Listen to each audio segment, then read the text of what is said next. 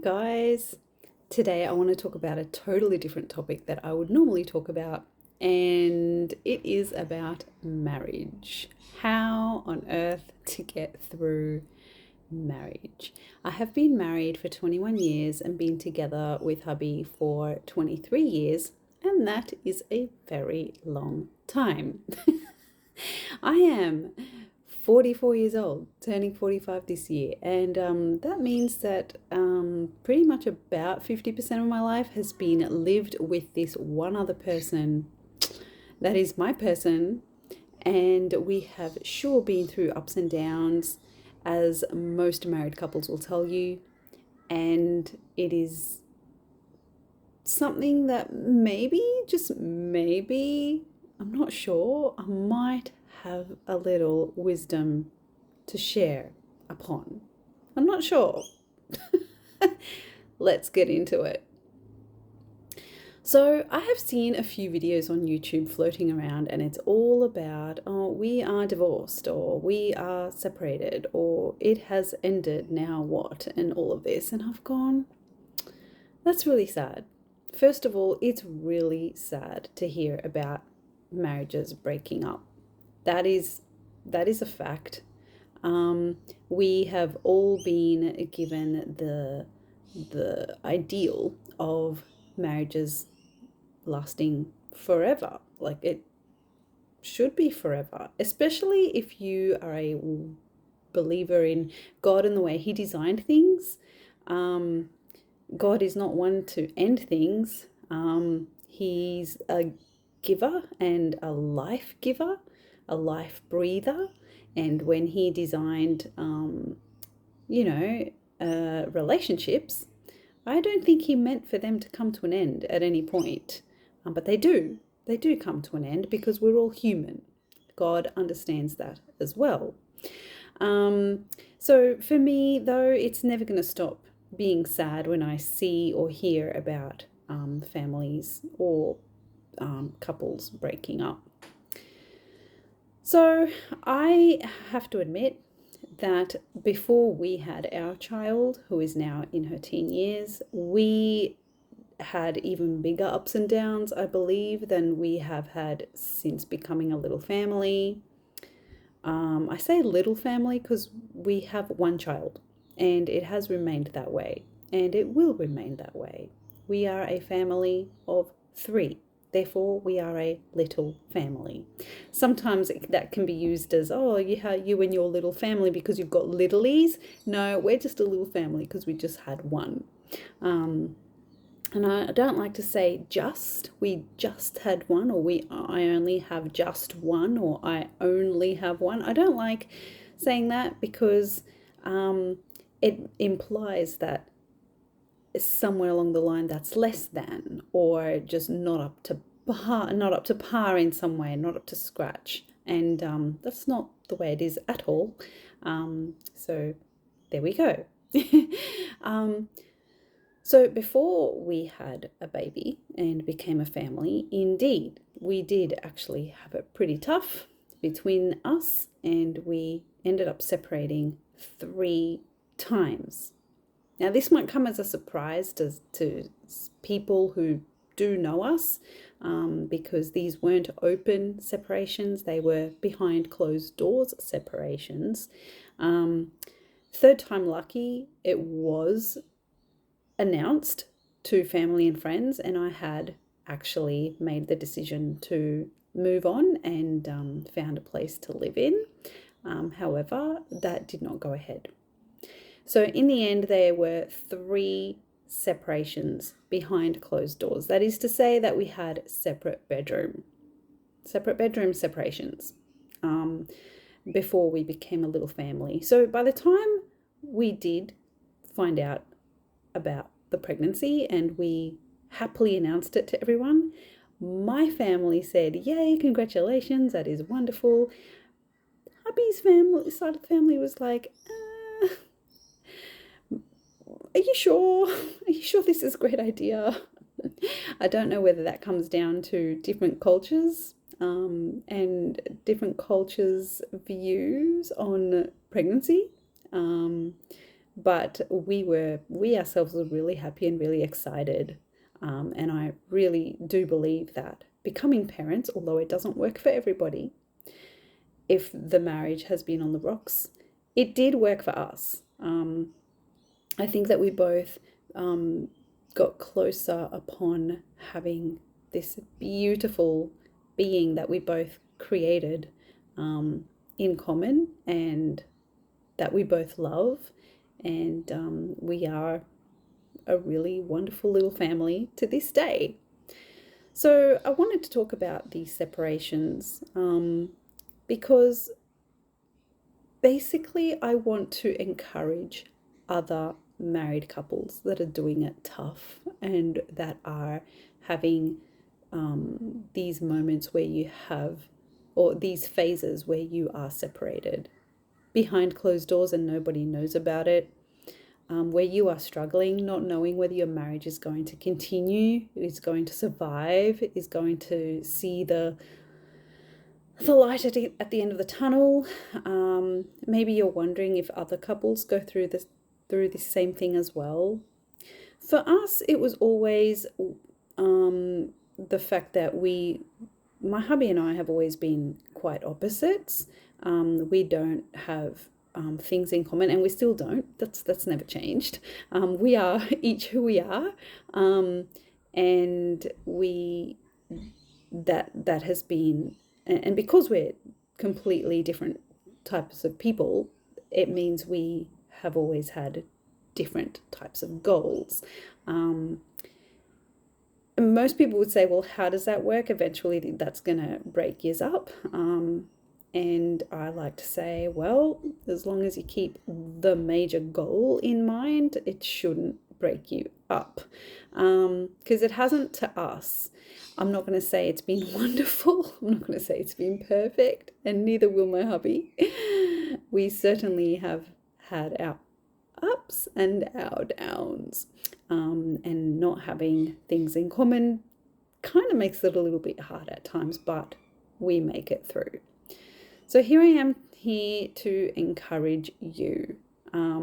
So in our 20s, long before we had our baby, we had different goals. When we first got married, I really wanted kids straight away, but we were very young, and my hubby was like, no way.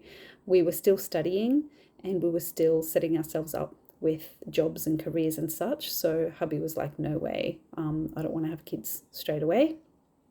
I learned to accept that, and then I decided that, well, if we're not going to have kids, we may as well travel. Let's travel. Come on, let's travel. We should travel around the world. And I had all these grand ideas about doing that. But hubby's ever the logical one, and he said, no, we don't have money to survive, let alone travel. Like, we're still completing our studies and still setting ourselves up in life. And he was of the belief that travel should come later in life, once you'd been well established and worked a lifetime towards it. That's actually many Australians' dream, whereas I'm the opposite. I'm of the opposite thought, where I believe that you should be able to travel sort of throughout life. Why does it have to wait till we're old and decrepit and not have enough energy to do things? But anyway, so we've always differed on that. And I thought, well, okay, so we're not going to travel. Let's then do something else. Let's buy a house. So I kind of made ourselves buy our first property, and I was 27 and he was 25 when we bought our first property. Funnily enough, on our first night, having moved into our own home, he was playing his console games and I was recording some music in the back room of the house. Actually, not the first night, that was like the first New Year's or something like that. We both kind of did our own thing, and I remember thinking, this is a bit strange, but that's us. And yeah, it's just we've always been of different personalities and different things, but we love each other so deeply. That's a thing, and that's never changed. So we bought our first house. And then it wasn't long after that that we found out that, yeah, I was pregnant. And we'd been together for nearly 10 years by that point. And our baby girl came along, and she couldn't have come at a more perfect time because it gave us something that we could share together. And yeah, we still do. My daughter has a wonderful relationship with her dad, and she has a wonderful relationship with me, and then we all have a wonderful relationship together. So it's worked really well. I think through the hardest and the darkest of times, though, like when we did separate, because I we separated for various reasons each time. And for me personally, so I think there was one time he was the one that brought us to an end, and then other times it was me.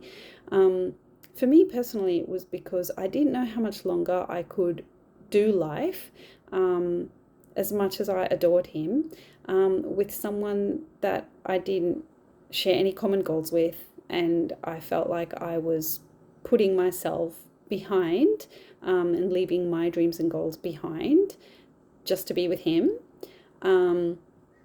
I think at times in my marriage I have thought to myself, you know what, at the end of the day, I love this man, and if it means leaving some of those dreams and goals behind, then so be it, because I don't want to do those things with anyone else anyway. I don't want to do them by myself. I would like to do them with him, but I can't. And well, if it means that I get to just sit and watch TV with him every evening, which is his favorite thing, and I still get to be with the man I love, then that's what I'll do. There are times, of course, in as marriage does have its ups and downs, where this really isn't enough. Like, I just think to myself, I need to go out and do some of my favorite things no matter what. And I do. I'll go out and see it, watch a theatre show, or I'll go watch some live music, or I'll go out for dinner at some amazing place with friends and stuff like that. So so I think that after 23 years together, it's I've learned that it's really, really important to keep a sense of yourself, even if you are with someone who's got completely different likes and dislikes, or goals to you. It's really important to keep a sense of who you are throughout the relationship. Even if you are, like me, giving up some things to be with the one you love, just don't give up all of yourself for the one you love. Like, still do some of your favorite things with friends or other family members. And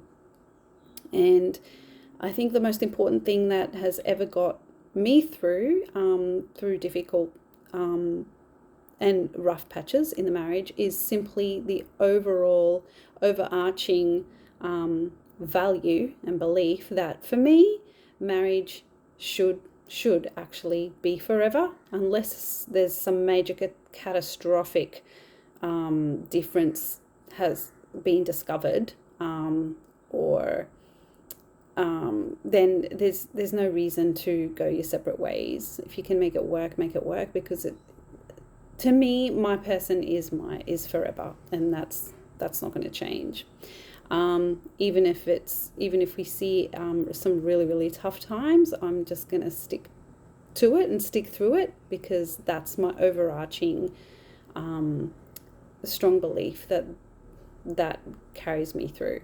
The other thing that helps is when I choose to remember why I fell in love with him in the first place. Like, I allow memories to surface up, and from when we met, and they still bring a smile to my face and still melt my heart. So then I think, yep, that is why I love him, because of these things, because usually those things that made you fall in love with that person are actually still a part of your person.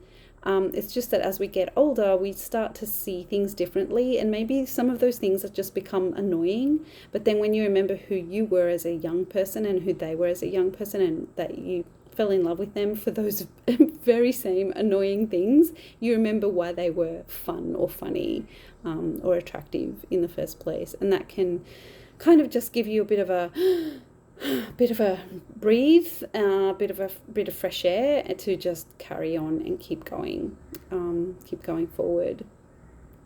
I think the other thing that helps is, particularly with us, is we had grandparents that lived a very long time. So my grandparents lived into, like, my grandma was 96 years old when she passed away, my hubby had grandparents that lived into their 80s and great-grandparents that lived into past 100 years old, actually. And so we have had the utmost blessing of having family that's grown into their old age and never actually divorced. So to me, in the rough times, tough times, that helps me. I just think to myself, if Gran and Pop could do it till they were over 100 years old, then surely we can do it. Like, surely they went through the same things that we did. Surely. And that gives me strength. So, like, knowing that previous generations have been through the same thing that you have been through, because millions and billions of us have lived on this earth over the past thousands upon thousands of years, knowing that others have gone through it as well is really, really helpful as well, and can give you strength to just carry on. So those are my golden nuggets if ever you needed to hear it. So let's keep on loving. Love is patient. Love is kind. Let's just remember that for a minute. Keep going. Chin up. You can do this. There is light on the other side of the darkness, and there is strength in getting through each and every one of the hurdles that marriage can throw at us.